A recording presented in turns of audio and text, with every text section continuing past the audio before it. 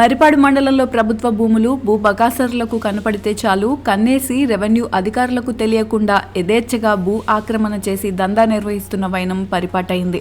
అందులో భాగంగా ఏపిలిగుంట హైవేపై SC colony ఎదురుగా అదే గ్రామానికి చెందిన భూ బకాసరులు ఓ సర్వే నెంబర్లో 3 ఎకరాల 14 సెంట్లు విలువైన భూమిని గుర్తించి 4 భాగాలుగా విభజించి ఆక్రమించిన వైనం కళ్లకు కనపడినట్లు వెలుగు చూసిందని గ్రామస్తులు వాపోయారు.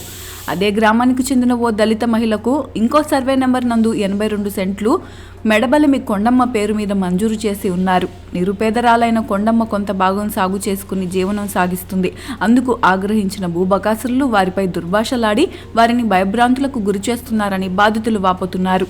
ఈ విషయం విలువైన ప్రభుత్వ భూమి ఆక్రమణకు గురవుతుందని మండల తహసీల్దార్కి విన్నవించగా తహసీల్దార్ స్పందిస్తూ ఆక్రమణదారులపై చర్యలు తీసుకుంటామని, ఆ భూమిపై ఎవరూ ప్రవేశించకుండా బోర్డు ఏర్పాటు చేస్తామని తెలిపారని, ఉన్నతాధికారులు చర్యలు తీసుకుని విలువైన ప్రభుత్వ భూమి అన్యాక్రాంతం కాకుండా చూడాలని బాధితులు కోరుతున్నారు.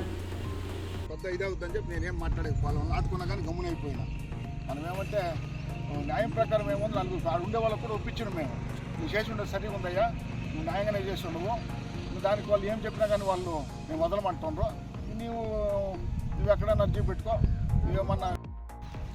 వాళ్ళు ఏం చేసిందంటే ఈ రాళ్ళు పగలగొట్టి ఇంకా ఆడవరకు వేసి ఉంటాం,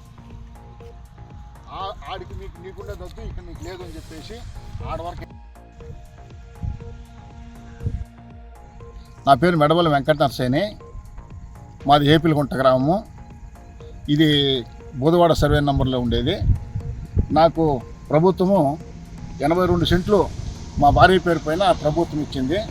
మాకు దీపారావం ఉండి ఇది పట్టా పుస్తకాలు కూడా ఉండేవి, మళ్ళీ మాకు గవర్నమెంట్ పేరు ఇచ్చిండ్రు. అయినా కానీ మేము ఇంతవరకే మేము చేసుకొని పోతున్నాము.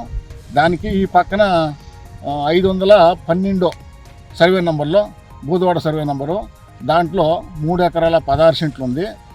ఖాళీగా ఉంది కాబట్టి నేను కొద్దిగా కాళ్ళు నాటుకొని కొద్దిగా ముందరకు పోయినా. తర్వాత వాళ్ళు మీకు ఎట్టొస్తుంది మానవాళ్ళకి అని చెప్పేసి మా పై దౌర్జన్యం చేసి ఆ పక్కంతా మా రాళ్ళని పగలగొట్టి, మీకు ఇక్కడ రాకూడదు, మీ ఎద్దు ఎంతవరకు ఉంది అంతవరకు వేసుకోవాలా, మీరు ఇక్కడ రాకూడదు, అసలుకి మీరు ఎందుకు వస్తారు ఇడికి అనే లెవెల్లో మమ్మల్ని మాట్లాడి మమ్మల్ని అవమానపరిచి ఈ విధంగా చేసిందన్న. అధికారుల దగ్గరికి వెళ్తే ఏమన్నారు అధికారులు?